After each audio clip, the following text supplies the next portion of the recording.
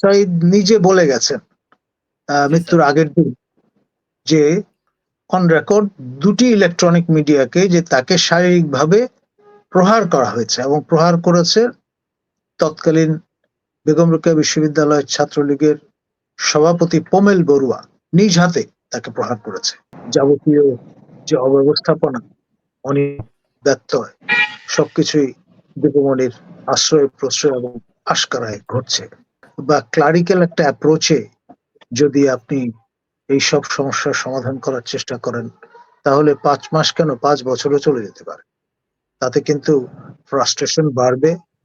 আর আমি নিজেও আপনার রিভোল্ট করেছিলাম আপনার শেখ হাসিনার শিক্ষামন্ত্রী দীপুমণির বিরুদ্ধে প্রকাশ্যে। আপনার আমাদের রেজিস্ট্রার কর্নেল আবু হেনা মুস্তফা কামাল সহ তারা নাম লিখিয়েছিল যে তারা আওয়ামী লীগের সেবাদাস। আপনার যাদের কি মনে করা হতো যে এরা সন্দেহভাজন, আওয়ামী লীগের পারপাস সার্ভ করছে না, তাদেরকে আওয়ামী লীগ অকালে অবসরে পাঠিয়ে দিয়েছিল একেবারে পাইকারি ভাবে। যে জুলাইয়ের আন্দোলনে সবার যে একটা ঐক্যবদ্ধ প্রচেষ্টা ছিল, কিন্তু এখন আমরা দেখছি বিভক্তি প্রতিটা জায়গায় স্যার বিভক্তি। বিশেষ করে ছাত্র সমন্বয়কদের মাঝে একটা বিভক্তির কথা আমরা শুনছি, পক্ষে বিপক্ষে কথা বলা হচ্ছে, রাজনৈতিক দলগুলোর মাঝে বিভক্তি, গণ অধিকার পরিষদের মাঝে একটা বিশাল বিভক্তি। স্যার এই বিভক্তি কি জাতির প্রত্যাশা পূরণ করবে? আগামীর যে প্রত্যাশা, যে জুলাইয়ের আন্দোলনের যেই চেতনা, যেই প্রত্যাশা ছিল, যে জীবন দান, সেগুলোর আসলে আমরা কোন দিকে যাচ্ছি স্যার? এইগুলো থেকে বের হব কিভাবে? আমার প্রিয় ছাত্র আবু সাইদ এবং মুগ্ধ, তারা যে দুই প্রতিষ্ঠানে পড়াশোনা করতেন, আমি সেই দুই প্রতিষ্ঠানের সঙ্গে উপাচার্য এবং প্রো উপাচার্য হিসেবে দায়িত্ব পালন করেছি এবং সে কারণেই আমি অনেক বেশি পরিমাণে ফোন করি তাদের। আর আমি নিজেও আপনার রিভোল্ট করেছিলাম আপনার শেখ হাসিনার শিক্ষামন্ত্রী দীপুমণির বিরুদ্ধে প্রকাশ্যে। আপনার আমাদের রেজিস্ট্রার কর্নেল আবু হেনা মুস্তফা কামাল সহ আমার মেয়াদকালে আমি ঢাকায় রিপোর্টার্স ইউনিটিতে প্রেস কনফারেন্স করেছিলাম। আমি বলেছিলাম যাবতীয় যে অব্যবস্থাপনা, ব্যত্যয় সবকিছুই দীপুমণির আশ্রয় প্রশ্রয় এবং আশকারায় ঘটছে। এর ফলে আমাদেরকে যথেষ্ট ঝুঁকি নিতে হয়েছে এবং সেই সঙ্গে বৈষম্যের শিকার হতে হয়েছে। এবং সেই দুঃখ নিয়ে, সেই বঞ্চনার বোধ নিয়ে আমি বলবো যে যেখানে দরকার ছিল যুদ্ধকালীন একটা পরিস্থিতি মাথায় রেখে সেনাপতির মতো মনোভাব নিয়ে অগ্রসর হওয়া, সেখানে করণিক বা ক্লারিক্যাল একটা অ্যাপ্রোচে যদি আপনি এই সব সমস্যার সমাধান করার চেষ্টা করেন তাহলে 5 মাস কেন 5 বছরও চলে যেতে পারে। তাতে কিন্তু ফ্রাস্ট্রেশন বাড়বে এবং যারা শহীদ হয়েছেন তাদের রক্তের অবমূল্যায়ন করা। আসলে এনাফ ইজ এনাফ। আপনার এখনো সময় আছে গা ঝাড়া দিয়ে উঠবার এবং জাম্পস্টার্ট বেসিসে আমাদের কাজকর্মগুলো শুরু করা দরকার।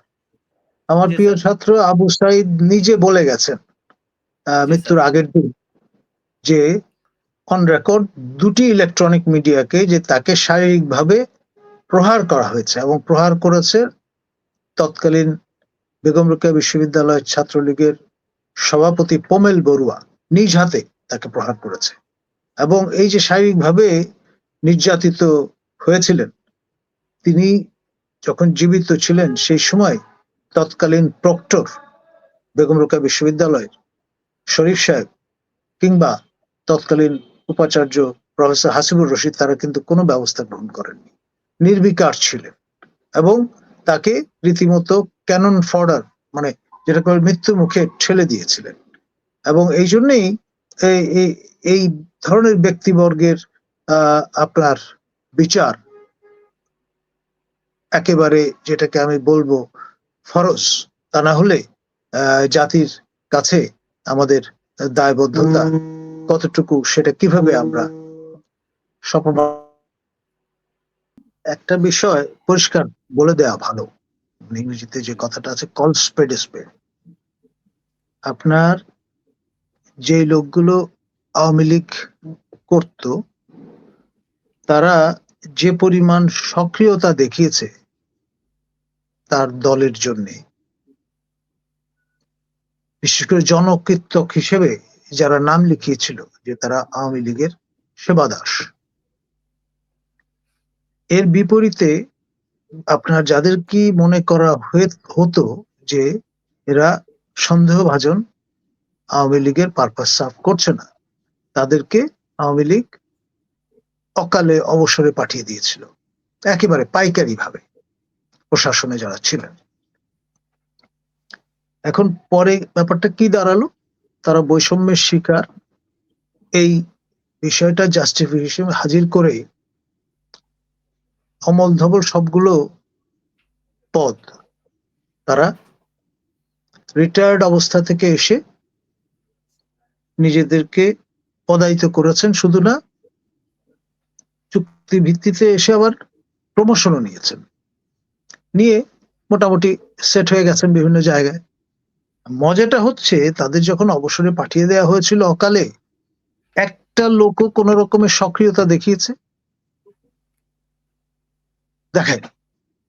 সেই সক্রিয়তাটা দেখাতে হয়েছে আমার প্রিয় ছাত্রছাত্রীদের। খেয়াল করে দেখেন, জীবন বাজি রেখে পড়াশুনো শিখে তুলে, এই যে আপনার বিশেষ করে জুলাই অগাস্ট এই সময়টায় যে তারা বাড়িতে পর্যন্ত যাননি, নাওয়া খাওয়া বাদ দিয়ে এই যে স্যাক্রিফাইসটা করলেন,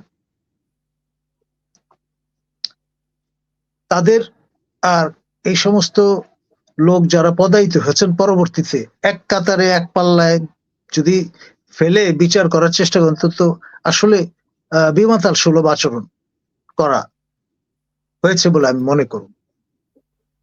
এখন যে সমস্ত লোক নিজের স্বার্থ রক্ষার জন্যে কোন রকমের সক্রিয়তা দেখাতে অপারগ ছিল শেখ হাসিনার আমলে, চুপচাপ আপনার যা কিছু পেয়েছে সেটা নিয়ে সন্তুষ্ট ছিল, সেই লোকগুলির কাছ থেকে আপনি কিভাবে আশা করেন যে তারা বৈপ্লবিক ভাবে পরিবর্তন সূচনা করবে প্রশাসনে?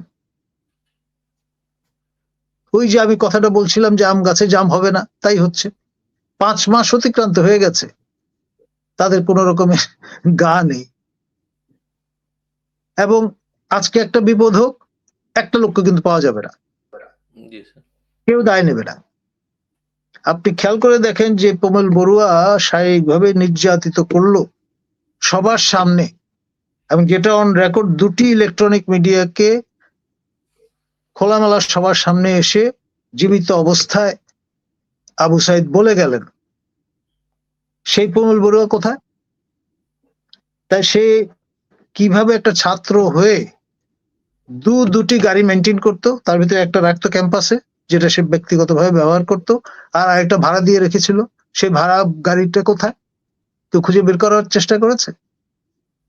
এবং যেই ভাইস চ্যান্সেলরের দায়িত্বে থাকাকালীন সময়ে জীবন দিতে হলো আমাদের আবু সাইদকে, সেই ভাইস চ্যান্সেলর কোথায় এখন? খেয়াল করেন, মানে he is the symbol, he is the icon of our change.